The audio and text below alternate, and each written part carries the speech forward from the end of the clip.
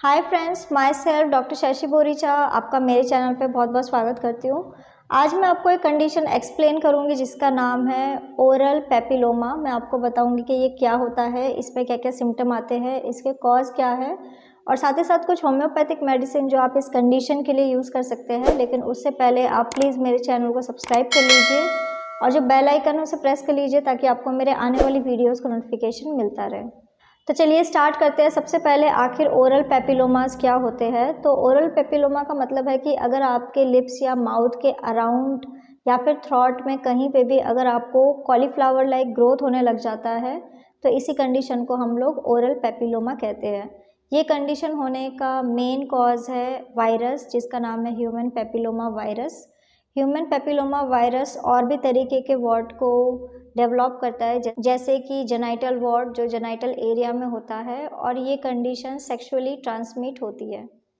Human papilloma virus spread होता है skin to skin contact से। अगर आप किसी इन्फेक्टेड पर्सन को टच करते हैं या फिर उनके कांटेक्ट में आते हैं तो आपको ये इन्फेक्शन हो सकता है। इसके अलावा अगर आप किसी इन्फेक्टेड पर्सन के साथ सेक्सुअली इन्वॉल्व होते हैं, कोई सेक्सुअल इंटरकोर्स परफॉर्म करते हैं, तब भी आपको ये कंडीशन हो सकती है। अगर आप किसी इन्फेक्टेड पर्सन के साथ ओरल सेक्सुअल इंटरकोर्स परफॉर्म करते हैं तो आपको माउथ के अराउंड पेपिलोमास फॉर्म होने लग जाते हैं। अगर आप किसी पर्सन के साथ सेक्सुअली इन्वॉल्व होते हैं, ओरल सेक्सुअल एक्टिविटी को परफॉर्म करते हैं, तो आपके माउथ के अराउंड ओरल पेपिलोमास डेवलप हो सकते हैं।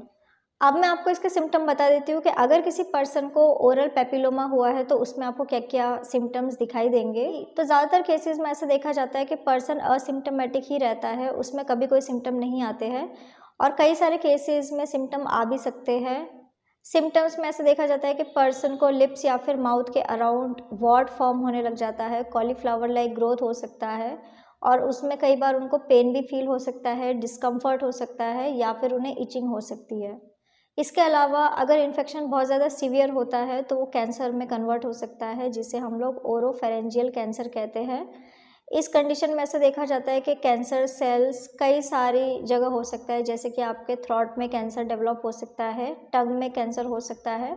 इसके अलावा पर्सन को टॉन्सिल्स या फिर फेरिंग्स में भी कैंसर हो सकता है। अगर किसी पर्सन का एचपीवी कैंसर में कन्वर्ट हो चुका है तो उसमें कई सारे अर्ली सिम्टम्स आने लग जाते हैं, जैसे कि पर्सन को स्वेलोइंग में काफ़ी ज़्यादा प्रॉब्लम होती है, कुछ भी खाना या पानी वो निगलते हैं तो उन्हें पेन होने लग जाता है, डिस्कम्फर्ट फील होता है। इसके अलावा ऐसे पर्सन को कंटिन्यूअस कानों में दर्द होने लग जाता है, बहुत सीवियर उन्हें पेन हो सकता है। इसके अलावा ऐसे पर्सन को कफिंग में ब्लड आ सकता है या फिर इनका जो वेट है वो गिर सकता है। ऐसे पर्सन को बार बार सॉर थ्रॉट की कंप्लेन होती है, उन्हें गले में खराश हो सकती है, गले में रेडनेस हो सकती है। इसके अलावा ऐसे पर्सन को लंप फॉर्म हो सकता है। लंप एक तरीके का ग्रोथ होता है जो उन्हें चीक में या फिर नेक में हो सकता है। उन्हें बोलने में काफ़ी ज़्यादा प्रॉब्लम हो सकती है। अब मैं आपको इसका कॉज बता देती हूँ कि आखिर क्या रीज़न है किसी पर्सन को ओरल पेपिलोमा होने का। तो इसका फर्स्ट इम्पॉर्टेंट कॉज यही है कि वायरल इन्फेक्शन है। ह्यूमन पेपिलोमा वायरस इस कंडीशन के लिए रिस्पॉन्सिबल है, और वायरस के ट्रांसमिट होने के कई सारे वेज हो सकते हैं, जैसे कि वायरस आपके स्किन के थ्रू जा सकता है। अगर आपको स्किन में कहीं पे कट लगा है माउथ के आसपास तो ये वायरस वहाँ से एंटर हो सकता है आपकी बॉडी में। इसके अलावा अगर आप किसी इन्फेक्टेड पर्सन के साथ ओरल सेक्सुअल एक्टिविटी परफॉर्म करते हैं तब भी आपको ये इन्फेक्शन हो सकता है। अब मैं आपको इसके रिस्क फैक्टर बता देती हूँ कि आखिर कौन कौन से लोग सबसे ज़्यादा रिस्क में रहते हैं जिन्हें ये इन्फेक्शन हो सकता है। तो जैसे कि मैंने आपको पहले ही बताया कि ओरल सेक्सुअल एक्टिविटी अगर आप किसी के साथ परफॉर्म करते हैं तो आपको ओरल पेपिलोमा होने के चांसेस काफ़ी ज़्यादा बढ़ जाते हैं।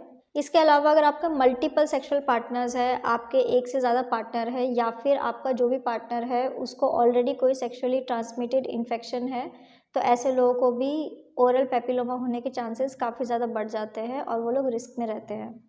इसके अलावा जो लोग बहुत ज़्यादा अल्कोहल का यूज़ करते हैं, बहुत ज़्यादा अल्कोहल का कंजप्शन करते हैं, या फिर बहुत ज़्यादा स्मोकिंग करते हैं, तो ऐसे लोगों को भी एचपीवी वायरस होने के चांसेस काफ़ी ज़्यादा बढ़ जाते हैं। इसके अलावा जेंडर एक बहुत ही इंपॉर्टेंट रिस्क फैक्टर है। ज़्यादातर केसेस में ऐसा देखा जाता है कि मेल्स को ओरल पेपिलोमा होने के चांसेस ज़्यादा होते हैं एज़ कम्पेयर टू फीमेल्स। इसके अलावा अगर आप किसी पर्सन के साथ ओपन माउथ किसिंग करते हैं तो इसके वजह से भी आपको ओरल पेपिलोमा डेवलप हो सकता है।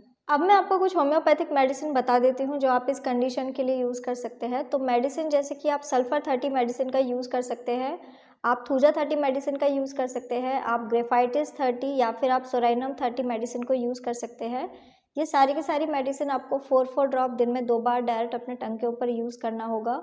सो फ्रेंड्स, ये था ओरल पेपिलोमा। मैंने आपको बताया कि ये क्या होता है, इसमें क्या-क्या सिम्पटम आते हैं, इसके कॉज़ क्या है और साथ ही साथ कुछ होम्योपैथिक मेडिसिन जो आप इस कंडीशन के लिए यूज़ कर सकते हैं। तो अगर आप किसी भी कंडीशन के लिए मुझसे कंसल्ट करना चाहते हैं तो आप मुझे मेरे व्हाट्सएप नंबर पे मैसेज कर सकते हैं, मैं आपको रिप्लाई करूँगी। तो अगर आपको मेरा ये वीडियो यूज़फुल और इन्फॉर्मेटिव लगा हो तो आप प्लीज़ इसको लाइक कर दीजिए और साथ ही साथ आप मेरे चैनल को सब्सक्राइब कर लीजिए और जो बेल आइकन है उसे प्रेस कर लीजिए ताकि आपको मेरे आने वाली वीडियोज़ का नोटिफिकेशन मिलता रहे। तो आज के लिए बस इतना ही। Thank you.